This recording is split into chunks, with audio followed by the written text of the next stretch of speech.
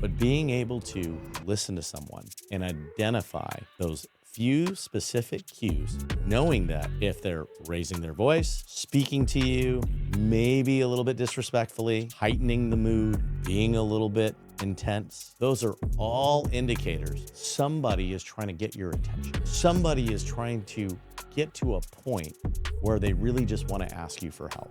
Let me paint the picture. You're sitting in a room. This guy walks in, sits down. You look at his face. You know that he's mad, or at least he's assembling the courage to be mad and project this frustration on you. And it's not even your fault. What do? Do you sit there and take it? Do you push back hard? Do you raise your voice? This is emotional intelligence. This is the things that you need to know to be successful. In this day and age, if you can master emotional intelligence, you're going to go really, really far and be really successful. So let's get into it. Stay with me. So in that type of scenario, what often happens? You're confronted with a situation that you have no idea. Maybe you never met this person before. And for whatever reason, you need to interact with them.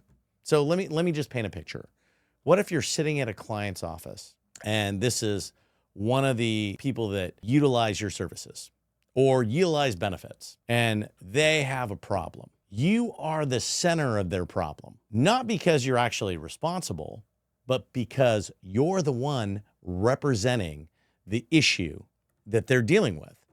And the first thing that ends up happening is that if somebody comes at you and they're frustrated and they're upset, what's the natural inclination? You're going to get uncomfortable. Maybe your blood's going to start boiling a little bit. Maybe you're going to get defensive. And these are all normal emotions. But what I will tell you is that if you stay with me, I'm going to talk you through how to manage all of that. And it may not be what you expect, because the first instance of what people mostly say is stay calm. Well, that's not a bad piece of advice. But if you don't react and you're just completely calm like this and you're just waiting, that's just going to make them more frustrated. So what I always say is lead with a greeting. How can I help you? How's it going? I'm Charles. What's your name? Simple, right? What is up with simplicity? You want to make sure that you're controlling the narrative. You're controlling the tempo. You're being polite. So that's going to naturally put them back on a little bit of this, well, maybe I don't need to come at this guy so harshly. But then you're going to start listening to the story of whatever they're frustrated with. And they're going to tell you, I tried to use your service, or I tried to use my benefit, and I'm paying all this money and I'm getting all these bills. Okay. Well, that's not necessarily your problem, right? Because you don't really understand the whole situation. But you're trying to navigate this as best you can so you don't lose your cool. Because if you lose your cool, then you lose. So this is where that emotional intelligence comes in, especially when you're dealing with an issue. You want to let them talk. You want to let them get it all out. Let them get every single piece of that frustration out. Let them vomit on you. Now, I'm not saying that you just take it.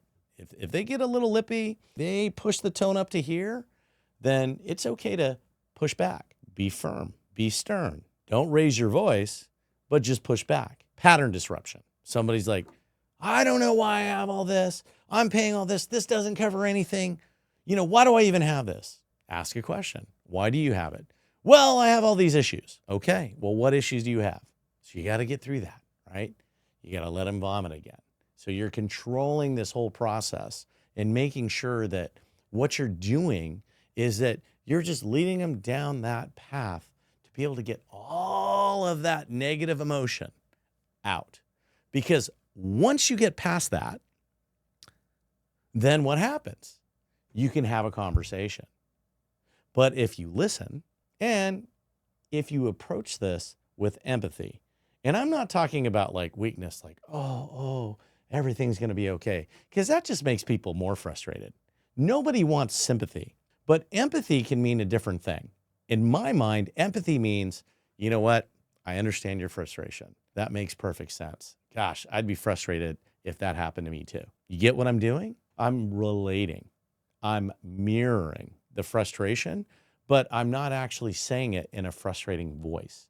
I'm just reiterating that I've heard you, I've understood you, and I'm acknowledging your plight. Okay? So let's just kind of keep rolling here. So as you're getting through this whole entire process, you're getting to what? Kind of the climax of the problem. I've got all these expenses and they should be covered. Why aren't they covered? What are you going to do to help me? There it is. There it is. What are you going to do to help me? That was the point of all of this. It wasn't that they wanted to come in and use you as a punching bag. It wasn't because they wanted to come in and just vomit all over you so they feel better about themselves. They wanted your help. Now, some might say, why didn't they just come in and say, hey, I need your help. I got this situation. Can you walk me through this and help me with a solution? Well, people don't operate that way. We're human beings. We have emotions. But if you want to be successful, you want to understand the human psyche. We talk a lot about subconscious in this show. We talk a lot about just the interaction on this show and how it affects you and how you respond, how important communication is. But all of this really just boils down to you being open-minded to understand what it takes to understand what it takes to understand. The person that's sitting across from you is trying to communicate with you. They're trying to tell you. They're trying to show you that this is a big deal because they want you to care. And you do care. You should care. But you shouldn't care about the tone. You shouldn't care that they're frustrated. You should care that they have a problem and you can help them with that problem. And once you do that, once you flip the script, let all of that come out on their end, then you can insert whatever you need to insert to move the conversation forward. And when that happens, then you're going to start making some progress. I'll tell you, 90% of the time, it's usually a relatively easy solve. It's something that they didn't understand, and that's what it all boiled down to. That anger, that frustration, that point of contention, that harshness, that was just ways of them communicating to you that I don't get it. I don't understand why I'm having this obstacle in my way, and no one will listen to me. So you're going to be the representative. You're going to be the person that's going to be the person I either blame for my problem or that is going to help me solve my problem. And most of the time, you're going to part ways and they're going to be your best friend. Why? Because you had the ability to understand what was going on, control your own emotion while you're doing it, speak with respect, but with authority, because you're going to be the expert in this matter. Show empathy and at the same time, lead them down that path so they can get all of that out so you can understand what's really going on and help them solve their problem. So let's just recap. Yes, staying calm that's great.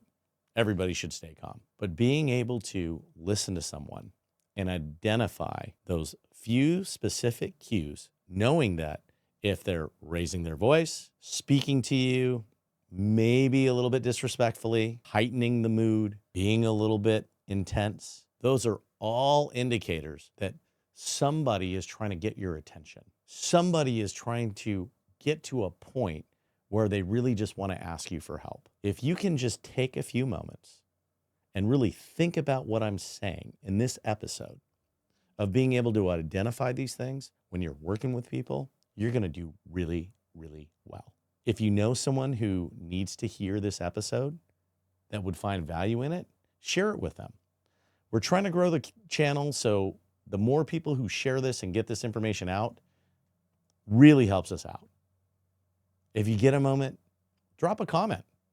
Maybe you have a story that was similar to this. Share the outcome. Start a conversation. Love to hear what you have to say about it. Rate the show. That helps a lot. You can find us on YouTube at Hey Charles Biz. We're Hey Charles on Apple Podcast and Spotify. Hey Charles 77 on Instagram and TikTok. And Charles Ernst. on LinkedIn. See you next time.